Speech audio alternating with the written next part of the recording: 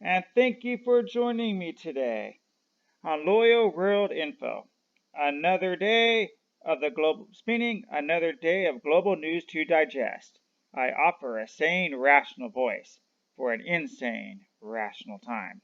I will be your host, but first, let me share a little bit about me.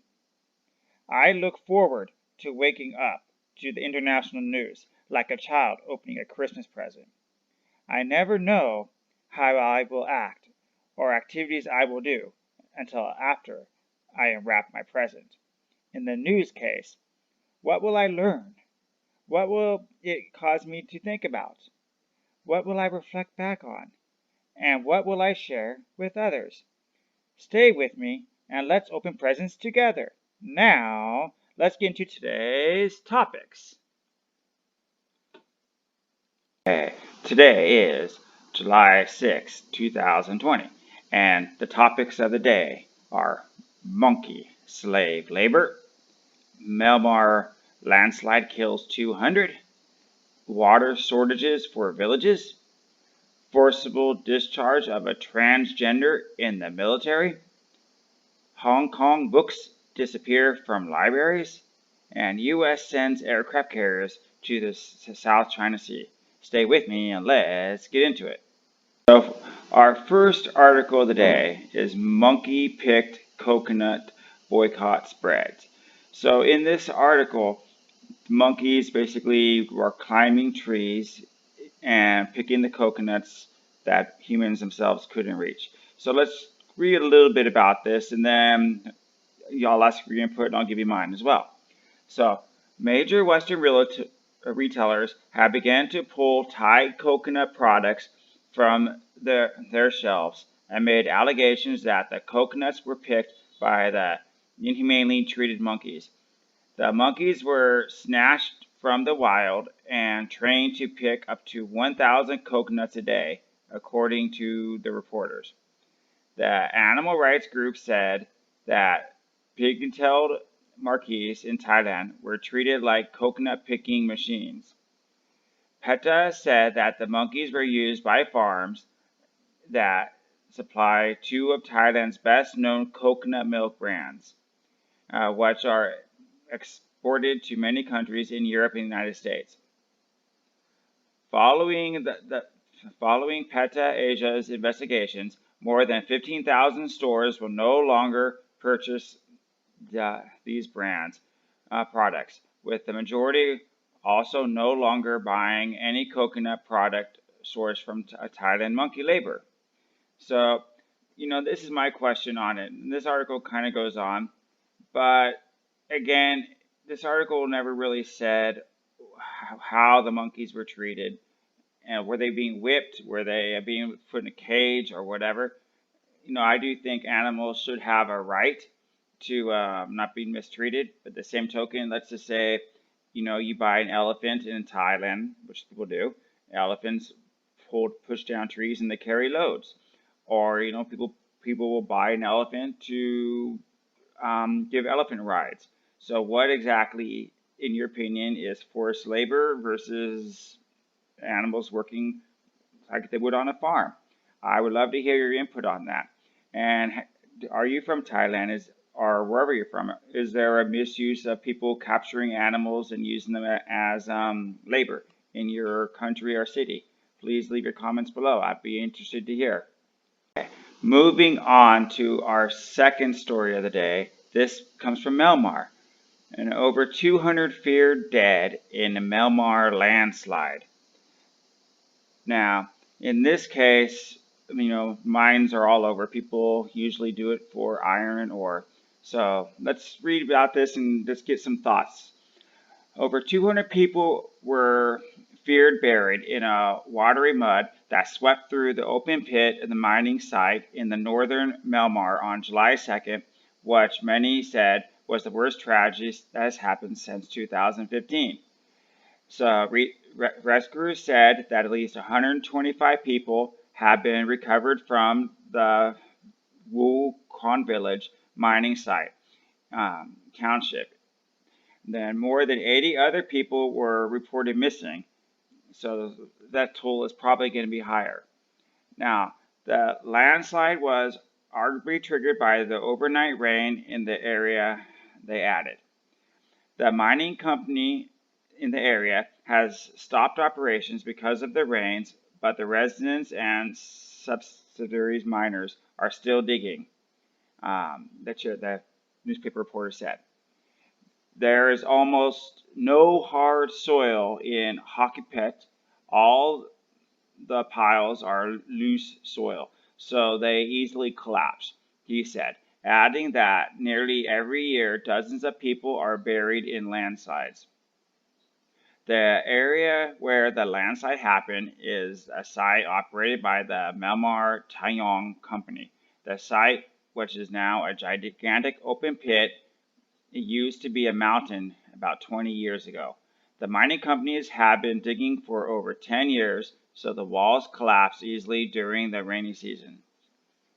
The soil is soft, and the gang continuously detonates the landmines so that the soil could not stand anymore. So this is really my question. So all these people died at landmines, probably for iron, maybe for diamonds, because it doesn't really say what this landmine produces. But when I read this article, I thought about the mining accident. I think it was in Thailand where the U.S. Army helped rescue those miners trapped underground for so long. But it says most of these miners were freelance or mercenaries.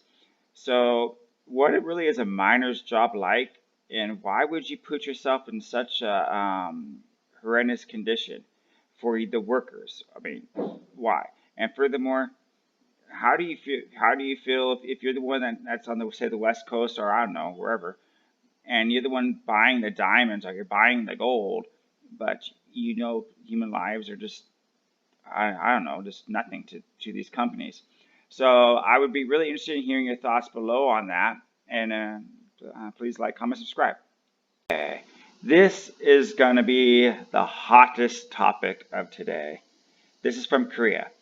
The forcible discharge of a transgender sergeant justifiable by the military. Now, if you've been following me for a while, I did report a while back when this man, now girl, he did, in Korea they have to do their 18 months duty service. So this guy, he went out on a free weekend and he did his sex change.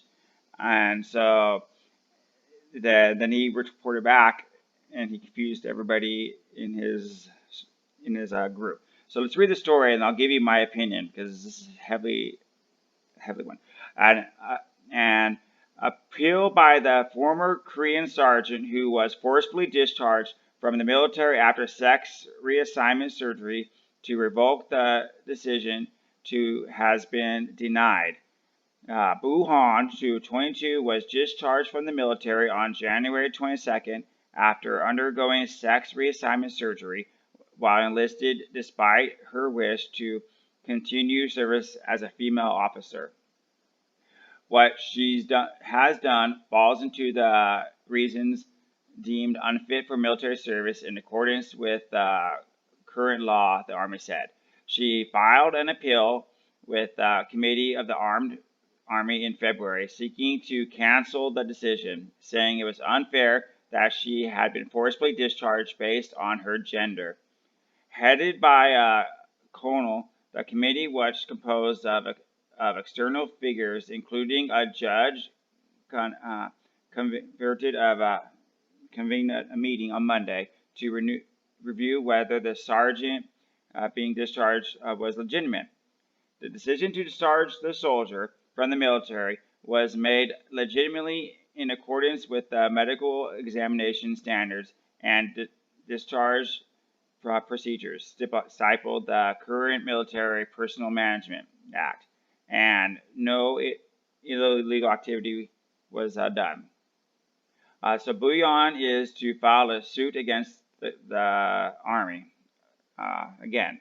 So, but the reason I actually thought this was interesting too, so I'll get this paragraph right here.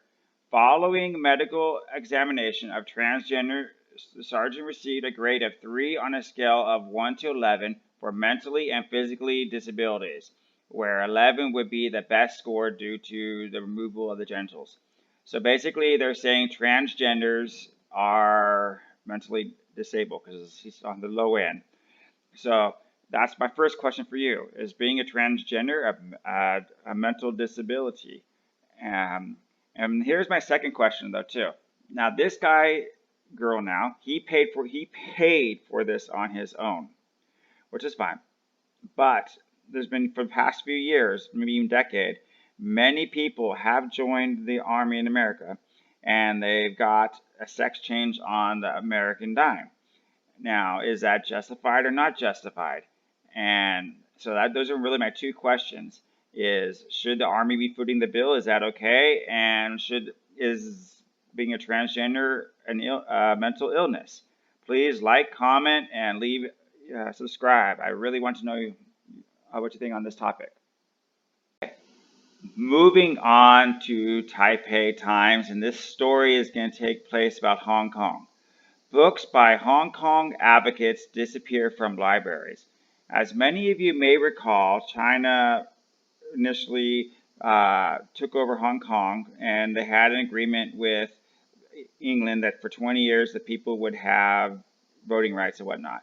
But China has been fighting against that within the last year, and within the last week or so has passed a law that all things pretty much Hong Kong rights are abolished. So this article has taken an interest to my eye because we have many people in America that are removing statues. Amazon is trying to remove books. Sometimes they're trying to rewrite books. So it's interesting to see other countries do it and how our reactions are to that, while also at the same time back home, while we accept people doing that whether we like or dislike the statue, book, or whatever. So let's read the article, then you can leave your opinion. Books by prominent Hong Kong pro-democracy figures have been unavailable in the Chinese-ruled territory public libraries as they are being revised to see whether they violate the new national security legislation, a government-deemed department said yesterday. The sweeping legislation, which came in force on Tuesday last week, at the same time its contents were published. Published crimes related to secession, subversion, terrorism, and collusion with foreign forces, with punishment of up to prison to life.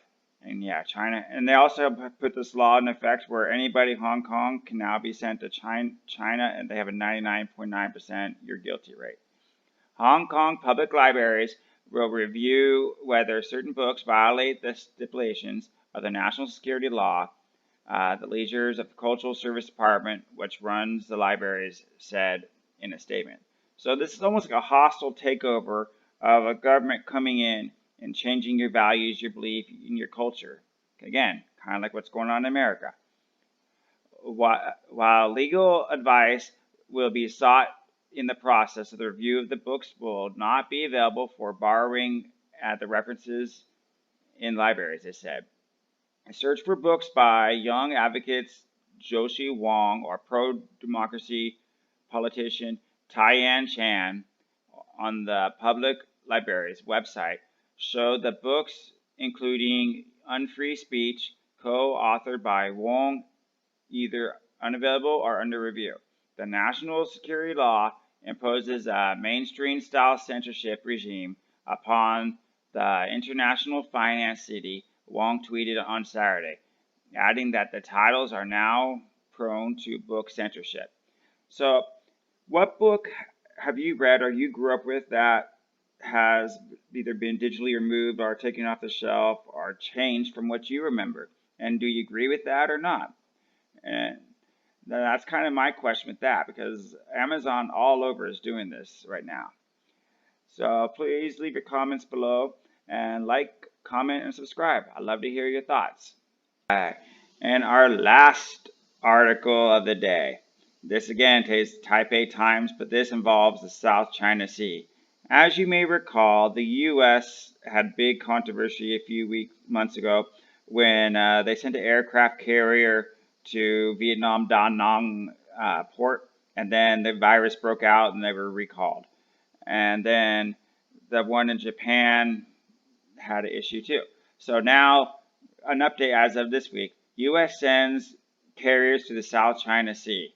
2 U.S. aircraft carriers were yesterday constructed exercises in the disputed South China Sea, the U.S. Navy said, as China also carried out military drills that have been criticized by the U.S. Department of Defense and neighboring states. China and the U.S. have accused each other of stoking tensions in the waterway at a time of strained relations over everything from the COVID-19 to the trade of Hong Kong.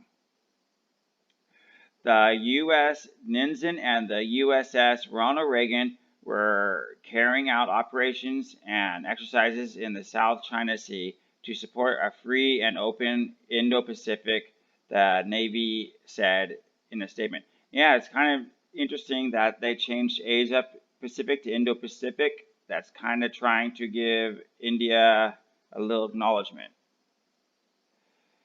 It did not say exactly whether the exercises were being conducted in the South China Sea, which extends for about 1,500 kilometers, 90% of which is claimed by China, despite what protests of its neighbors. Taiwan, Burma, Malaysia, the Philippines, and Vietnam also lay claim to parts of the South China Sea, through which about $3 trillion of trade passes each year. The purpose is to show the ambiguous signal to our partners and our allies that we are committed to regional security and stability. U.S. Rear Admiral George Wilkoff was quoted as saying by the Wall Street Journal, which first reported the exercise. China dismissed the U.S. criticism of the drills on Friday and said the U.S. was to blame for the increasing tensions. Well, I don't necessarily believe either side, but that's a story from the other day. So the Vietnam and the Philippines have also criticized Chinese drills, saying that they would create tensions in the region, affecting Beijing relationships. Yeah, so basically China has been building all these man-made islands and then drilling for oil and then using the big fishery boats over these islands or areas, whether it's Malaysia, Philippines, or Vietnam, and to gather resources. In some cases, ramming and sinking ships. So, but at the same token, it's hard to feel sorry for, say, the Philippines or even Vietnam, because yes, Vietnam was very angry, but then, like this year, like within the last month, they let China buy many Vietnamese businesses, and they let China buy many Vietnamese houses.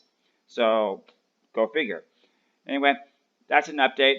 My personal opinion, China will get a few sick COVID-19 soldiers. They'll throw them overboard. They'll make the U.S. rescue them, spread the disease. The U.S. will have to retreat without a shot being fired. What are your thoughts on this? Like, comment, subscribe. Well, that will conclude Loyal World News. Thank you for spending your time with me today. Feel free to like, subscribe, or drop a comment below. If you're on the go, listen to my podcast with the link provided in the description. I will see you tomorrow to share more world news.